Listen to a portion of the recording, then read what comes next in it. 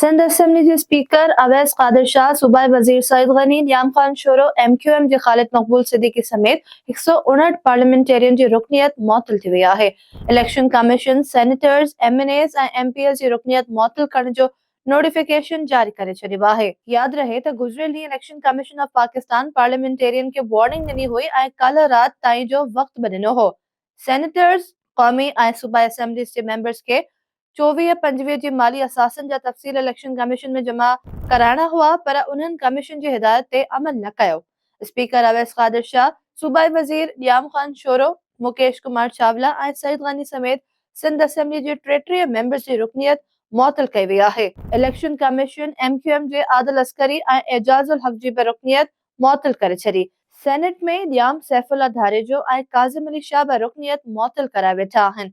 हकीम बलोच, पीर अमीर अली शाह जिलानी, मीर आमिर अली खान मक्सी समेत क़ौमी असेंबली जे 159 मेंबरनि जी रुकनियत मुअत्तल करण जो नोटिफिकेशन बि जारी कयो वियो आहे। इलेक्शन कमीशन MQM पाकिस्तान जे सरबराह ख़ालिद मक़बूल सिद्दीकी जी बि रुकनियत मुअत्तल करे छॾी आहे।